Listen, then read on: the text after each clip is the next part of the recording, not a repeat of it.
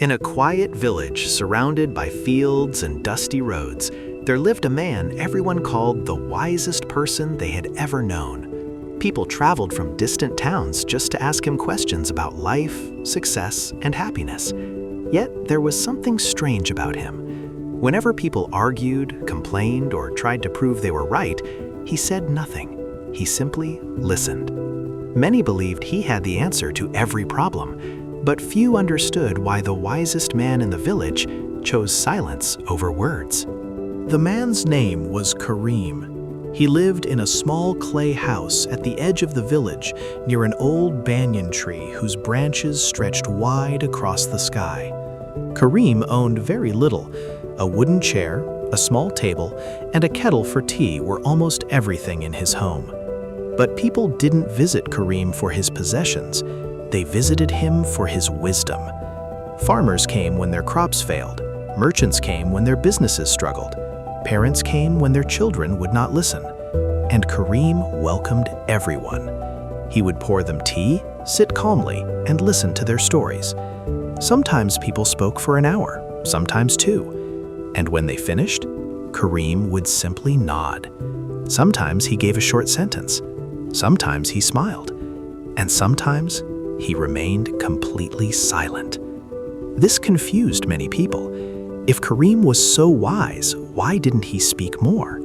Why didn't he give long advice like the scholars in the city? One day, a young man named Harris came to visit Kareem. Harris was known in the village for his sharp mind and even sharper tongue. He believed knowledge meant speaking loudly and proving others wrong. When he entered Kareem's small house, he looked around with disappointment. "So this is the home of the famous wise man?" he said. Kareem smiled gently and poured him tea. Harris continued, "People say you know everything, but I've heard you barely speak. How can a man be wise if he stays silent?" Kareem simply looked at him with calm eyes.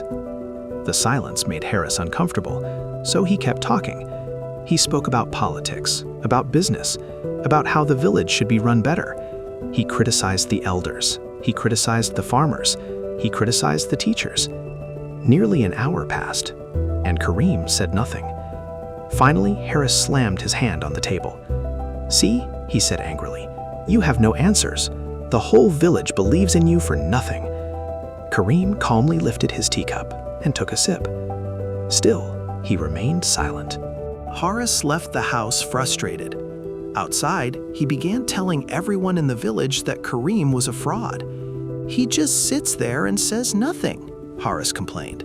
"Anyone could pretend to be wise like that." Some villagers became curious. Others became doubtful.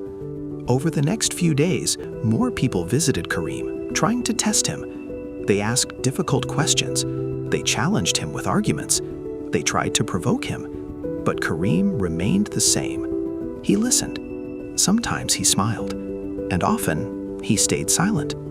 The more silent he became, the more irritated people felt, especially Harris. Finally, Harris decided he would expose Kareem in front of the entire village. One evening, the villagers gathered near the old banyan tree. Harris stood proudly in front of everyone.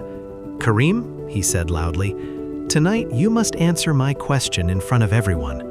Kareem nodded gently. Harris asked, "If you are truly wise, tell us the secret to solving people's problems." The crowd leaned closer. Everyone expected a long speech, but Kareem looked around slowly. Then he asked a simple question. "Before I answer, tell me something. When you visit me, how much time do you spend speaking?" People looked at each other. "Most of the time," one farmer admitted. Kareem nodded. "And how much time do you spend listening?" No one answered. The village became quiet. Kareem finally spoke again. "Most people do not come to me for answers," he said softly.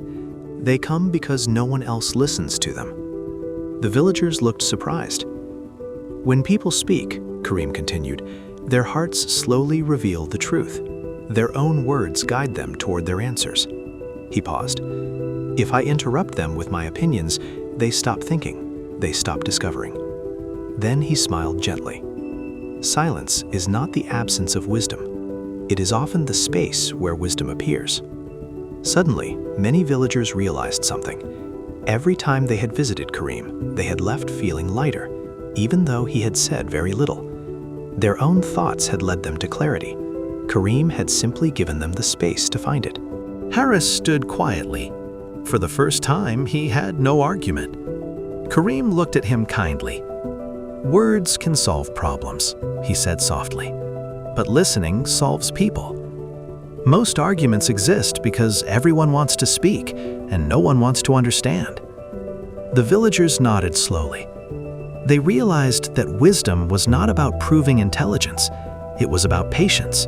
It was about understanding. And sometimes, the greatest wisdom is knowing when not to speak. From that day forward, people in the village began to notice something. The loudest voices rarely solved problems, but the calm listeners often did. And whenever someone asked why the wisest man in the village stayed silent, the elders would simply smile and say, "Because silence is where the truth finally has room to be heard."